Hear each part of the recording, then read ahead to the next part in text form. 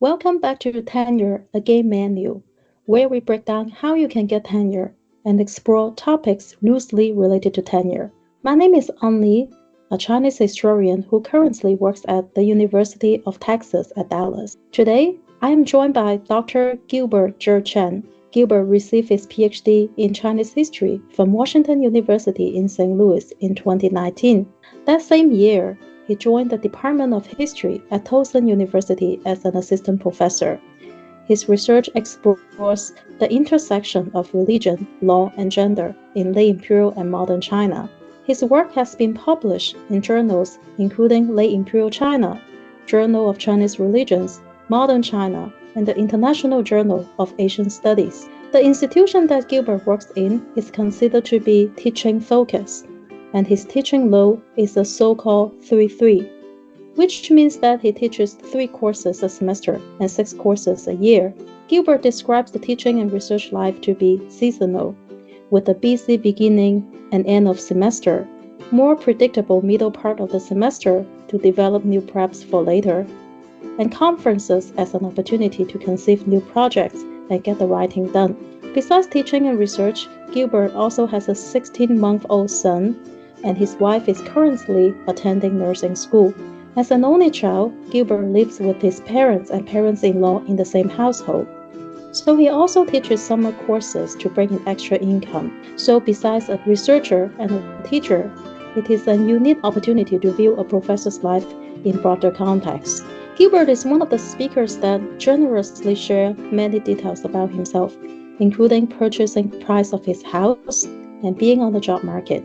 But the most compelling and also unexpected part of our conversation is his immigration status. As an international scholar, Gilbert started to apply for permanent residency in the US in 2019, the same time when he started the whole tenure process.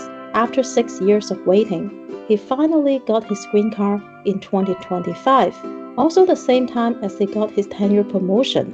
During these 6 years, he experienced travel restrictions because of his immigration status, which influenced his decisions to go to conferences and conduct research outside of the United States. He was also not able to accept other payments outside of his institution, to say nothing of preparing the comprehensive applications to prove his merits in academia. According to him, the application for his permanent residency is no less than the tenure application that he submitted to the university. More importantly, compared to the tenure application, the immigration process was much more uncertain, since you just don't know how long you are going to wait and when the next step will be. The immigration status is an aspect that is rarely considered for the tenure process, especially for graduate students and those of us who are thinking about working in another country in the future.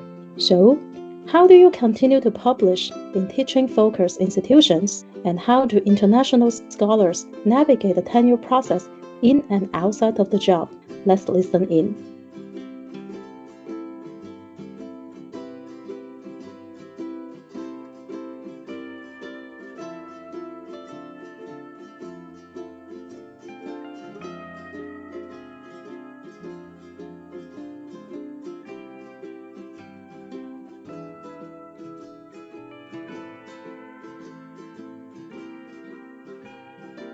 Welcome to the show. Congratulations on getting tenure.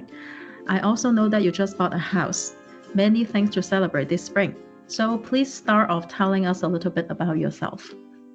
Okay, I really appreciate this opportunity, Dr. Li. And so originally I come from China. My hometown is a very, very small place you couldn't find on Chinese political map. And I'm actually the first gen, college student, first gen graduate student, and the first gen college professor. And I came to America in 2012 and got my PhD from Washington University in St. Louis. And then I went straight into academia after graduation. Luckily for me at that time, I moved to Baltimore in the fall of 2019, and unfortunately, the COVID hit in the spring of 2022.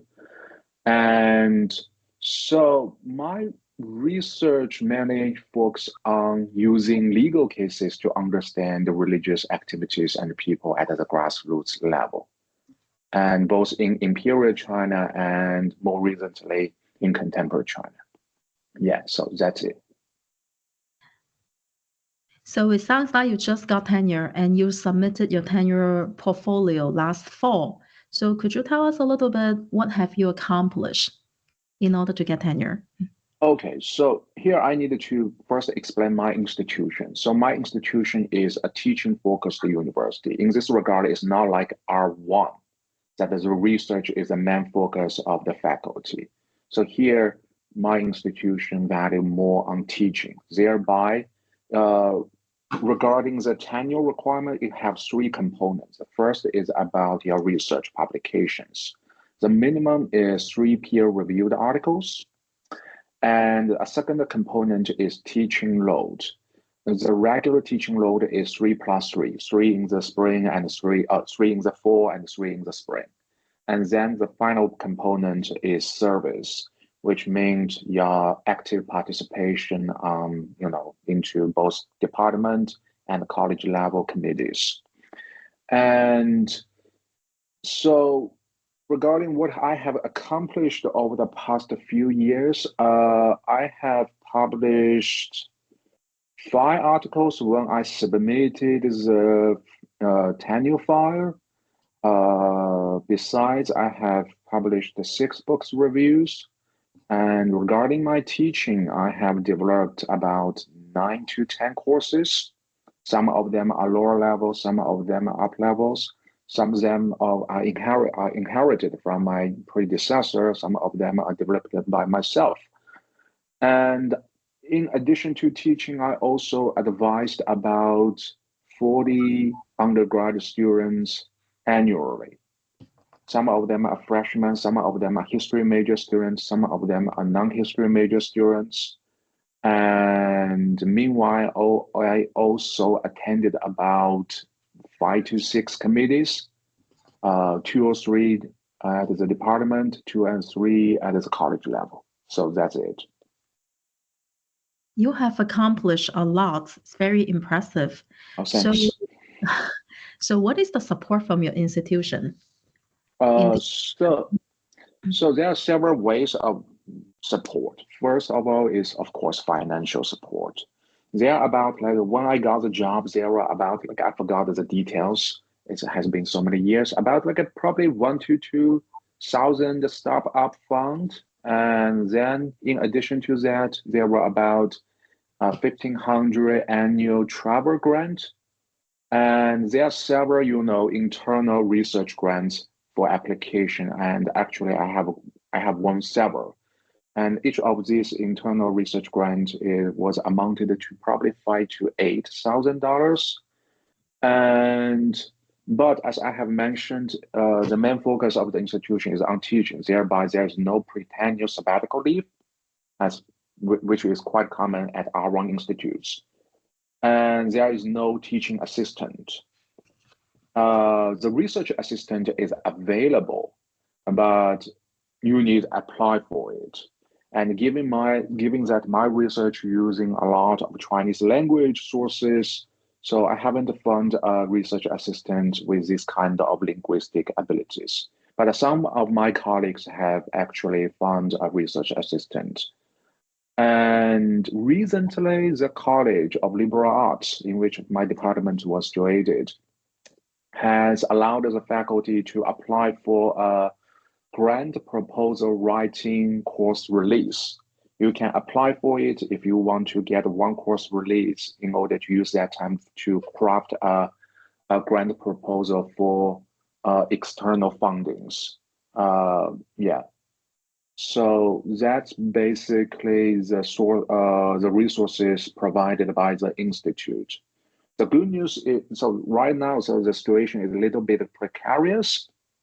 On the one hand, my university aimed to transition to the so-called R2 rank, which means the university promised to invest more into faculty research.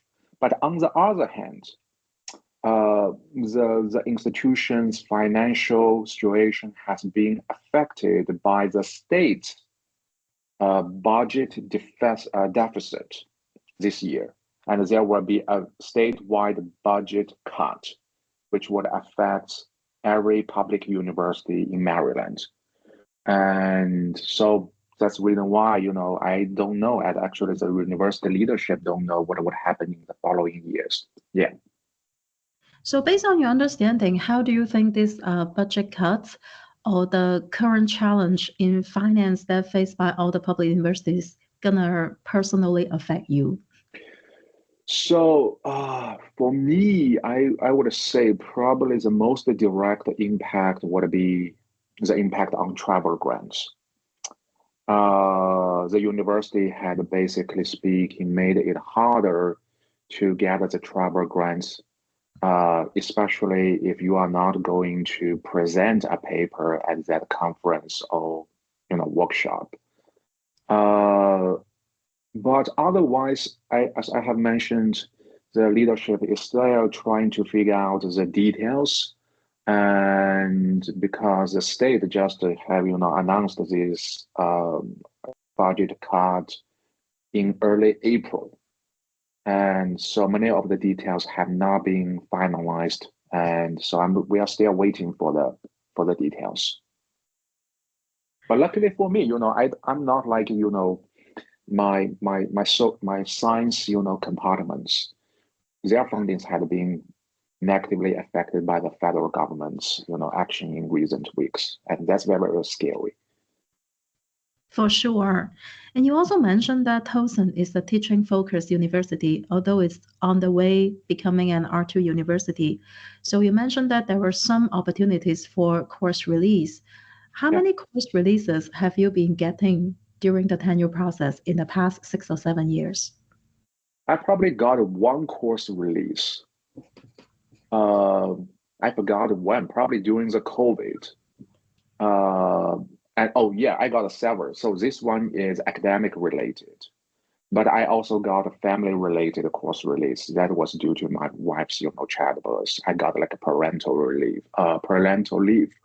Uh, but the signals I got from the university over the past few semesters is that the university would pour more resources into faculty research. I believe, the chance to get more course releases in the future would be easier. For sure. You also mentioned that there were opportunities for internal grants, Yeah. and you have been getting several of them. So, how did you use them so far? So there are several ways to use them. Some of them will be used to defer my, research travels, both to China and to, library and archive institutions in America. For example, in 2022, I have used the grant to travel to Stanford and Princeton to get the materials there. And another way to use the funding is just to use the funding to support your writing. And last summer, I got a university faculty summer research grant, and I used that money to just sit down and read the materials and write articles. And of course, as part of the deal, you have to give a research presentations in the following academic year, and you have to have this kind of acknowledgement quotation at the end of the published article. So yeah, I think that's very flexible, and you don't need to show that you have to use the money to go some places. It's not mandatorily required, so it's quite flexible about how to use the funding. It is very important for historians to be able to Yeah, use the money to visit archive and also sit down during the summer. yeah, So you yeah, don't have to teach and then just sit down and write. yeah. So to step back, and you got tenure right now, it is a big achievement. So to look back to this whole process, um, what were the most challenging aspects of this whole tenure process for you? That's a good question. I would say I have like two main challenges. So one is how to balance teaching and research. As I have mentioned, I have 3+3 teaching load. And I also developed a lot of new courses over the past few years. Basically speaking, every academic year I would develop at least one course. And so that consumes a lot of time. And so my strategy is usually I develop new courses in regular semester and then conduct research during the summer and probably winter break. And another strategy I have used is to use conference as a kind of deadline for me to push for the research, but also as kind of inspiration for me to find new research topics. I still remember, in 2022, I saw a conference proposal, and the topic is about the Buddhist identities in contemporary China, which is totally outside my field. And somehow I choose to apply for that and got accepted and then write a conference paper. And that paper actually developed into a published article, which will appear in this May's Modern China. So basically that's how I address this kind of tension, giving the heavy teaching load, and I just feel very, very exhaustive during the regular semesters, and the time it has been very fragmented. And so I only use this kind of whole block time during the summer and the winter break to continue on my research. And another big challenge is about work and life balance. And so I know this is a very, very heavy topic, especially in recent years. If I use Weibo, I use WeChat a lot. From time to time, I can see this kind of obituaries to young academics who passed away. And the most recent example is a historian from Peking University. And that person had been in Renmin University when I was there. And it's quite shocking, so that led me to rethink, how to balance your research and your life. And especially I got a kid recently, and I just want to make sure that I will be part of his growing up, the whole process. So I would say, so my lesson is don't be consumed 100% by your work. Keep in mind, academics is a kind of work, and you need to have your own space and your own time to do something not related to your teaching, your research, or service. Yeah. Like the person that you mentioned at Beijing Yeah. University and Renmin University is Hao Chen, right? And I was Yeah. shocked at that news. We are Yeah. the same age. But on the other hand, you also mentioned that you developed new classes during the semester, you went to conference, and you did research during winter break and summer break. So could you expand and talk a little bit more about how do you carve space, like in your very busy life, to do your own things and balance work and life? So so that's a good question. So for example, in the regular semester, as you have probably noticed, you have like a different cycles of busy and slack seasons. Probably you would be very, very busy based on my experience, probably in the beginning and in the end of the semester. At the beginning, you are very, very busy because you are, you have like a new cohort of the students you have never met before, and it's usually very teaching heavy. And at the end of the semester, you are usually overwhelmed by a lot of gradings and a lot of university and service related stuff, like graduation ceremony, for example. But you have probably very, very relaxing middle semester. And I use that time, the middle semester to, first of all, to read the materials that I'm going to use in the next semester new courses, to develop the lecture notes, to develop the, the slides that would facilitate my teaching, to find, the reading materials I would assign to students. And in the summer, especially in the summer, I got a lot of free time. And so I would sit down, and of course, during the regular semester, I'm just thinking about my research from time to time. I know what kind of materials I would need to read in order to work on the project at my hand. And so I would use that time to start reading the primary sources and the secondary start literature and give me a time framework. Okay, I needed to finish the article within a month. And usually I can do that within a month or 2 months. And so that's how I, find the time. I have to say, many of my projects are from my dissertation writing process. I got a lot of sources at that point. I didn't have time to analyze them. So I know the topics and I know the materials, and sometimes conferences just give me the ideas to find a connection between the materials and the topics. And so a most recent example is this November, I will attend a conference in Boston, and the topic is masculinities in Chinese religions. I have some materials on that topic, and in the upcoming summer, I'm just going to write a conference paper for that panel. And, likelihood probably that will be part of my larger, book project chapter. So that's what I mean. You would always think about your research whatever you do, is that right? But I don't have time to write it down, but I just note down the thoughts from the time to time. Yeah, so that's very important.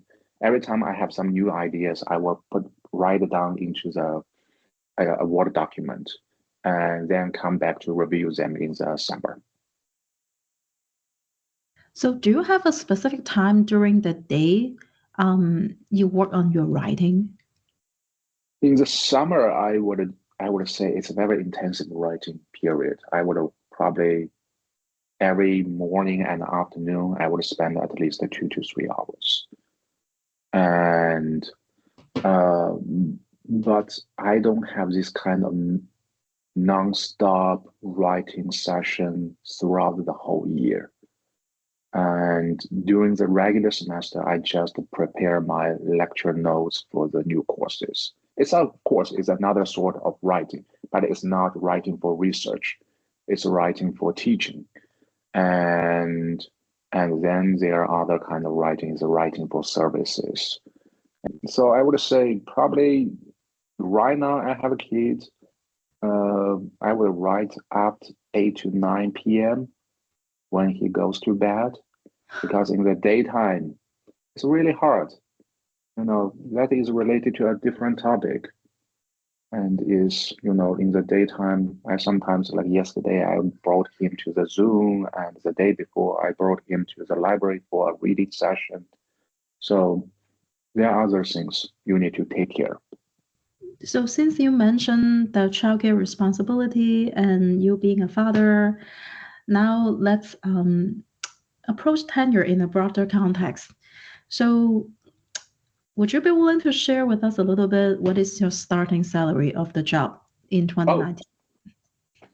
So yeah, I will show a lot of substance in the following, answers. So I start in 2019. The start salary is middle 60,000. Yeah, 60,000. And then I got several increases over the past few years. Some of the increases is related to the so-called COLA. Do you know COLA? It's like the cost of living adjustment. So it's so basically because I'm a state employee. So remember, I'm a professor at a public institute. So which means I'm a state employee.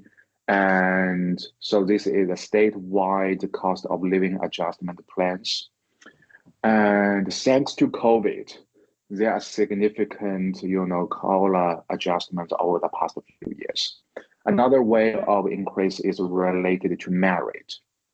So taken together, by the beginning of last semester, my salary has been increased to a middle 80. So that's almost 20K increases over the past 5 years. Since I just got my tenure, there will be another 6,000 increase from the next academic year onward. So taken together, my start salary at the beginning of next semester, in the fall, would be over 90,000. That sounds very significant. Congratulations. Now let's move Yes, and yes, talk about some of the expenses. How yeah. comfortable do you feel like living in Towson? It is about an hour away from DC. So this is a quite, from my perspective, this is a quite neighborhood, is a very affordable, I would say, in comparison with many other coastal metropolis like DC, Philadelphia, Boston, New York. Baltimore as a whole is, Towson is part of, in the suburb of Baltimore.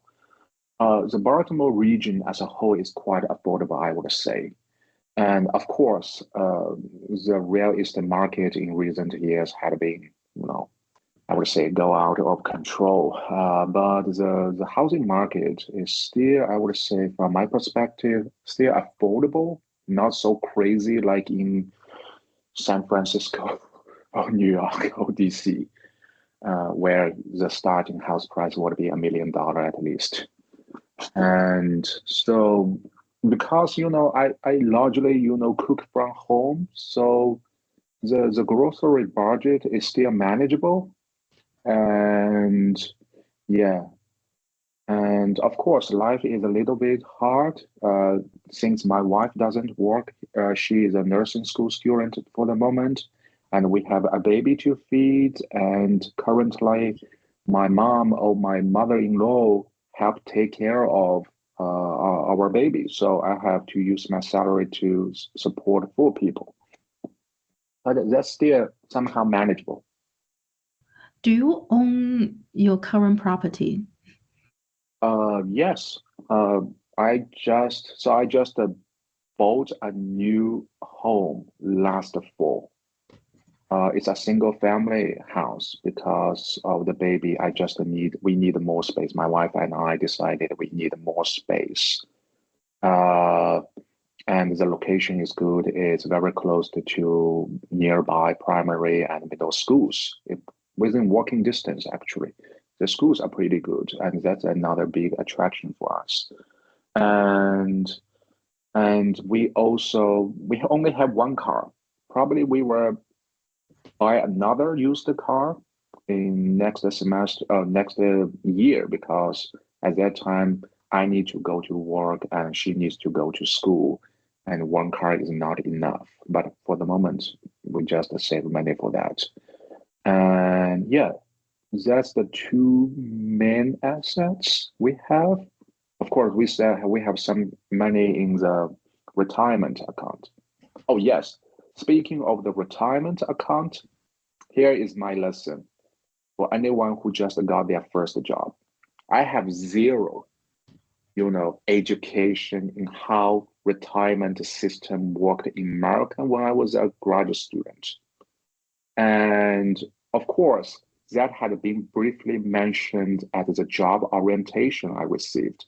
But when you attend the job orientation, you will be overwhelmed with all kinds of information. So I didn't pay 100% attention to that, probably 15 minutes, retirement plan, introduction. And so for the first 2 years, I didn't pay attention to that because my institute would contribute some money to my personal retirement account. But later on, I realized that's not enough. You need to make extra contributions to your personal retirement account. And there are two types in America, like traditional IRA or like Roth IRA. So I would say for any people who are in there, who plan to find their first job, keep that in mind, your retirement account. You will find a lot of information online or from your employers. So spend some time educate yourself because that's not the lesson the graduate school will tell you. Because that's very, very important in the long run. For sure. But many of us might be struggling, right, about the take-home pay. And Yeah, also you have to make voluntary contribution to the retirement account.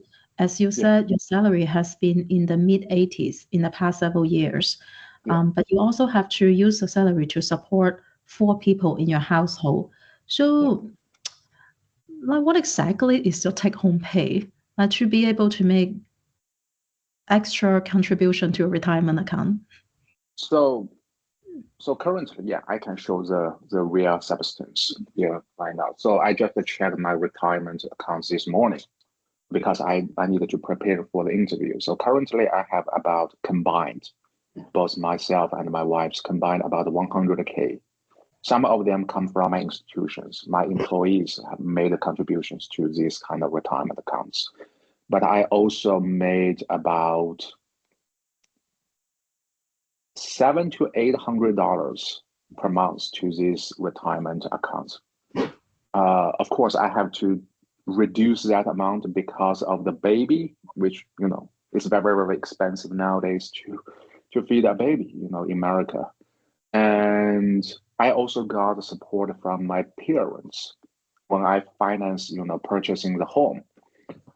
But I'm the only child of my family, so that payment needed to be repaid in the future. I needed to, so that's the reason why I save extra money every month to as a kind of retirement funding for my parents. And so yeah, and so you have to calculate everything. And so that's the reason why I teach extra courses in the summer. I also have additional student advising responsibilities every academic year, and taken together, this extra income would generate about $10,000 to $15,000 a year, and I just use that amount of money for these kind of things.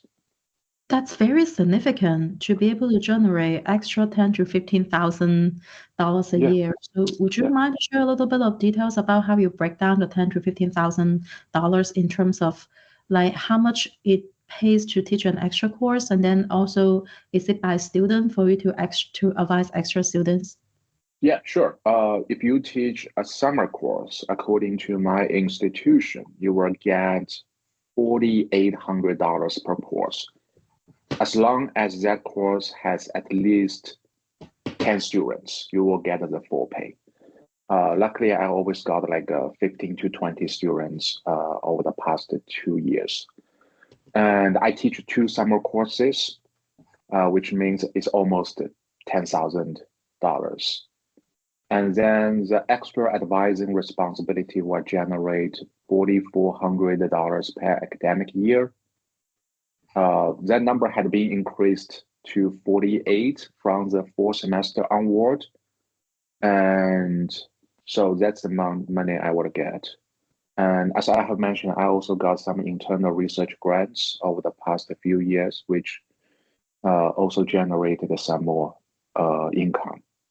And some of the uh, committee responsibilities sometimes would also generate extra income, but it's not very significant. So every bit of money, counts for me right now, and I have to save money for baby's diapers. And luckily, my parents come to my aid, so we don't send the baby to the daycare center yet. That saves us a lot of money, but we plan to send him to the daycare center from the fall of 2026 onward. So I need to save money for that. But I believe for your money earning opportunity, a money earning ability, you will be able to achieve anything that you want in your life. I'm also Yeah. curious about for this podcast, you were very generous to share your time and experience and expertise. And when I offer you the honorarium, originally you said that you were not able to accept that because of your visa status. Could you like share a little bit more about that? Yeah, so I'm a Chinese citizen up to this moment. And previously, I have only my H-1B visa, which means according to the law, you couldn't receive income from a different employer.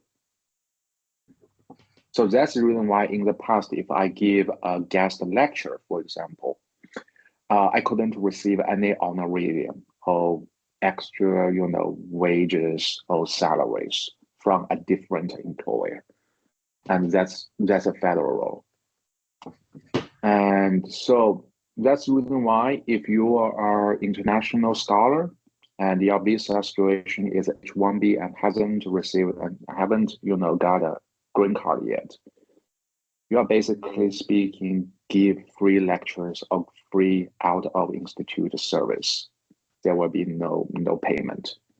The grant is different, of course. If the grant is different, what I mean here is honorarium or extra wage or salary. So regarding, actually when you mention the green card, here is another lesson I would tell other, international scholars in particular. Apply for your green card as soon as possible. This is a very, very lengthy process, especially for people from China and India. If you are from a different country, that doesn't matter. But if you are from China or India, you need to apply for it as soon as possible because the whole process would take 5 to 6 years, at least. So think of like a green card application as a type of investment, which means sometimes you need to pay extra money to get like a speed up process. Do that, I would say. Get like a premium, application process because in the long run, that will save you a lot of time and the money actually. So yeah, think about that. So you probably would spend extra a few $1,000s, but from my perspective, the money worth it because otherwise you just renew your H-1B visa every 3 years. That costs money as well. So is the 5 or 6 years a normal procedure and a typical time for anyone to apply green card, as you said, from China and India? The India is even longer. So India is worst. And so here are two different kinds of way to apply for green card. One is called EB1, which is only available to this kind of very, very outstanding scholars. You can check the details or criteria from the HSCIS website. Another route is EB2. This is a route available to the great majority of academics in America. So I would say it's much harder for humanity-related professors to apply for EB1 because in comparison with science-related jobs, their citation rates are much higher. It's much easier for example, if you're a hard science scientist to get your paper cited by more than 1,000 people. But in the humanity-related field, it's very, very difficult. Is that right? To have, especially for the junior scholars, to have your article cited by more than 100 people within a few years. That's really, really challenging. So that's the index used by the USCIS officials to determine whether you are a standing scholar or a regular scholar. The citation index is very important. Yeah, so that's the reason why, based on my experience and based on what I have seen in other cases, most scholars in history-related fields apply for EB2, which is could be a very, very time-consuming process. Yeah. So when you talk about you can actually pay money to speed up the process, and how does that work? Could you talk a little bit more about that? Yeah. So you just pay extra, probably I used that money in 2020 to get the so-called I-140 document. So that document means your application had been into the system and then needed to be reviewed. And that process, I use the premium to speed up that process. And within a few weeks, I just got that I-140 document. And so I think that's very important to speed up. Otherwise, you would probably wait months, who knows, maybe a whole year to get that document. And that the document will help you to, ensure that once you travel out of America and want to come back, you would not be checked or, yeah, expelled. And just to clarify, the money is paid to USCIS, but not any Yeah. special agency outside of the government. Oh no, that's the expedient fee, charged by the federal government. It's not your attorney lawyer fees. Yeah. That sounds almost like purchasing office in civil Yeah. service examination in Lane Yeah. China. Yeah. Yeah. And by the way, these kind of application fees had skyrocketed over the past few years. Yeah. The money has always been increased from time to time. For sure. And I bet you have Yeah. to pay for your parents, right? Re-entry permits, Yeah. Yeah. extended stay, and all those Yeah. kinds of things.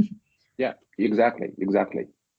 So I'm also curious about when you mentioned that you are not able to accept any other honorariums or incomes outside of your current employer.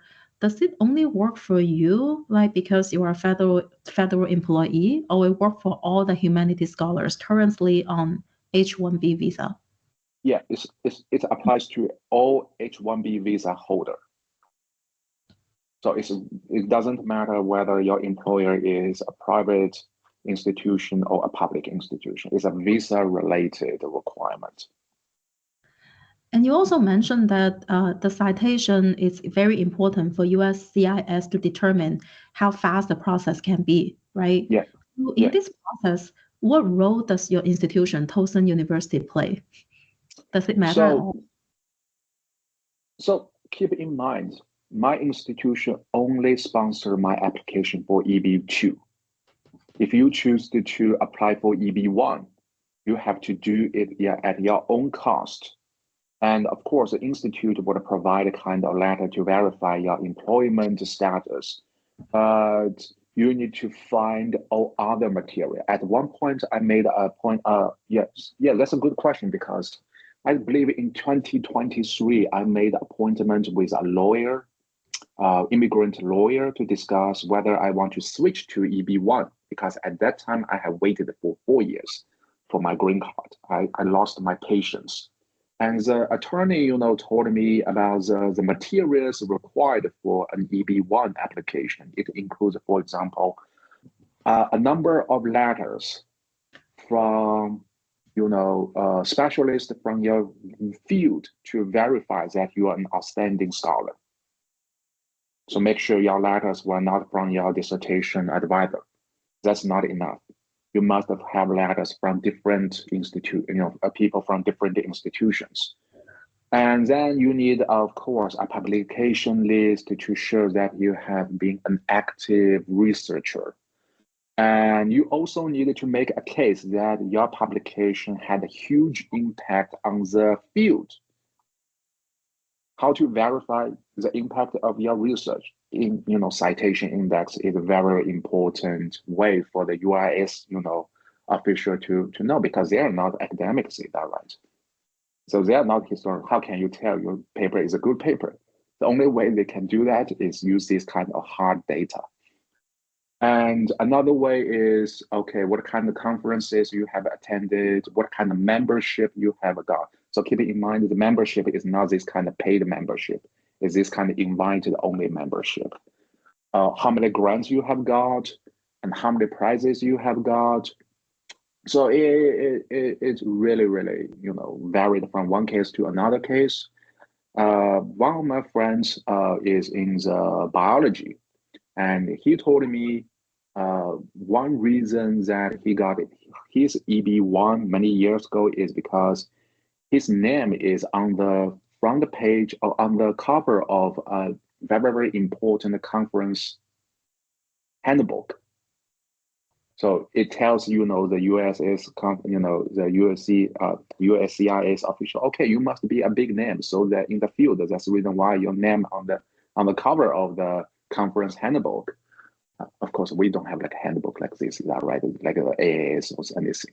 So it's that's the reason why the whole system, is more advantageous to scientists rather than to humanities. So how does this visa status in the past several years affect your job and your life? So if I only got my H-1B, it means I needed to renew the visa every 3 years. And that's very, very cumbersome. For example, that would affect your driver license expiration date. And that would affect your travel, plan. And for several times, I didn't dare go back to China because my visa expiration date is approaching, and I have to wait until I got like another visa. So it's very cumbersome because you have to do the calculation all the time, especially if you plan for international travel. I still remember in 2023, I got an invitation from a British university for a conference. The problem is, if I want to go there, I need to apply a different visa. And another issue is at that time, my H-1B visa has already been renewed. The problem is I need to go back to China to have that visa stamp on my passport. So you know what I mean here? So yeah, probably you got lost. I need to explain the visa issue. It's very complicated. So when I got my job offer in 2019, I got an H-1B. The visa is not stamped on my passport because I never went back to China. I only got this kind of document. It's H-1B, document. I can show you like this. So it's not a visa. Mm-hmm. Yeah, it's paper, but it's not a visa. So it means if I want to travel to another country, I need to have this. I needed to go to the local U.S. custom office in that country and make an appointment and have them to stamp the visa onto my passport. So for an international travel to a third country like Great Britain, I don't have weeks there. Is that right? I probably spend there only a few days. So it's impossible. So here you can see it really, really limits your mobility. That's very unique experience, to share here about the visa status, and a lot of us probably never really thought about aspect of the tenure life. So what is the status of your case right now? You got it, right, this spring? Yes, I just got my green card in the spring break last month. So I started the application in the fall of 2019. I got it in the spring of 2025. It's almost the same as the whole tenure process. That's a very good way to put it. It's almost like you put together a separate application, a portfolio in order to get that. So now you have tenure and also your green card. What next? So I have several plans for my research. Finally, I got a sabbatical leave next academic year, and I'm going to use that time to finish my book. And so that's a plan. I don't want to wait for too long, and I want to get it done and move to a different project. And a new project for me would be the religious life and a religious specialist in contemporary China. I have one article published in Modern China on these preliminary findings. I think it's a very interesting project and being appreciated by others. And so that's for my research. And for my life, I would say I have got more time to do things for my personal hobbies or for my own family life. I want to have a road trip. I haven't taken a road trip for a very, very long time. The last time I hit the road is about a decade ago. In 2016, I took my family to visit the national parks in the West. And this time I plan to go to either Northeast or the Northwest. I have two national parks in mind. One is Acadia, the other is Olympics. And I really want to go there and probably next year. At that time, my baby is a little bit elder, and then I have many plans for my current home. My wife and I love gardening. We planted a lot of vegetables in the summer, but because we moved to the new home, we needed to start everything from scratch again, including, for example, build a new garden, garden bed. It's very time consuming and laborious, but it paid well. Paid well. You got fresh, organic, vegetables in the summer, and that saves you a lot of money once again. And the taste is really, really good, especially tomatoes. You can immediately tell the difference between the ones you buy from the grocery store and the one you go by yourself. So that's another plan for me. Yeah, I would say I would take probably a more so-called slow approach to my academic life. And several years ago, I read a book. It's a very controversial book. It's called Slow Professor, and it's authored by two Canadian academics. And the person is Maggie Berger and Barbara Sieber. The reason why this book is controversial is the author's advice. The authors propose that the professors, especially professors in the humanity field, should not pursue a, a process of rapid publication. You need to pay more attention to your own life. Probably you need to, instead of seeking publication, you probably, to have more time to think and reflect what you have done, and then, doing your own research. And you have needed to have more time to care about your health, your family life. The reason why this book is controversial is for junior faculty members. You don't have that kind of luxury, especially if you don't have a tenure track job. Your job prospect is really, really precarious. And so that's the reason why the authors have been criticized. But right now I got a tenure. I'm just thinking about that.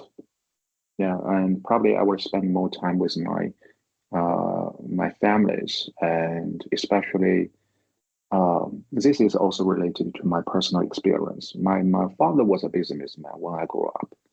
So my father is a businessman when I grew up.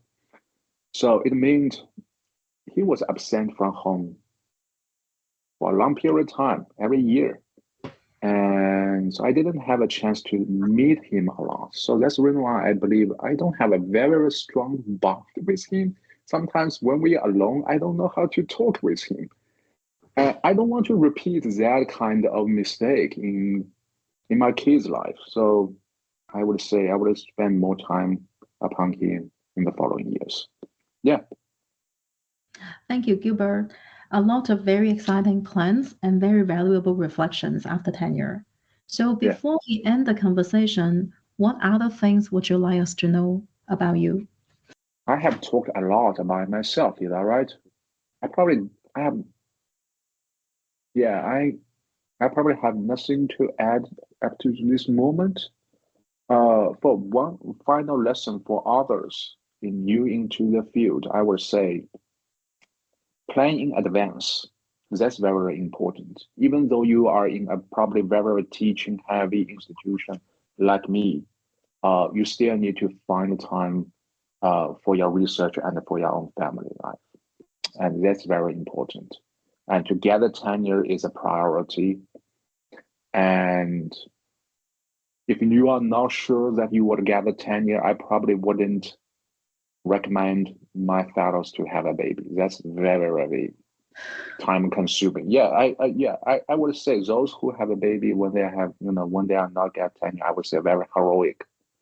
And it's a big risk.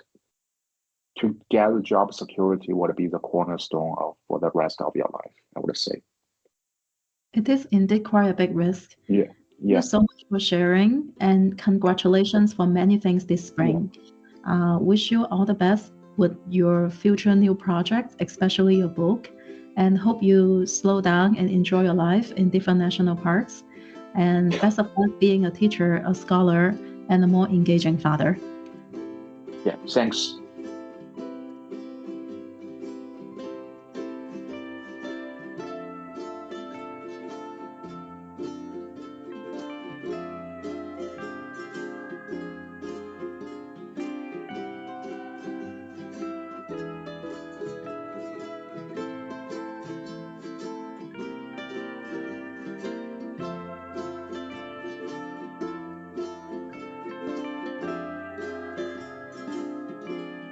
If you enjoyed this episode of Tenure, a Game Manual, make sure to check out our other episodes. Or if you just can't get enough of us, follow us on social media at Tenure, a Game Manual. This episode was produced by Sebastian Bancesco. Our executive producer and host is An Li, and today's guest was Dr. Gilbert Zhe Chen. Sebastian Bancesco is also our editor, and we are generously sponsored by the Dean of the Bass School of Arts, Humanities, and Technology, the Provost Teaching Fellow Program, and the AXH Grant. Thanks for listening.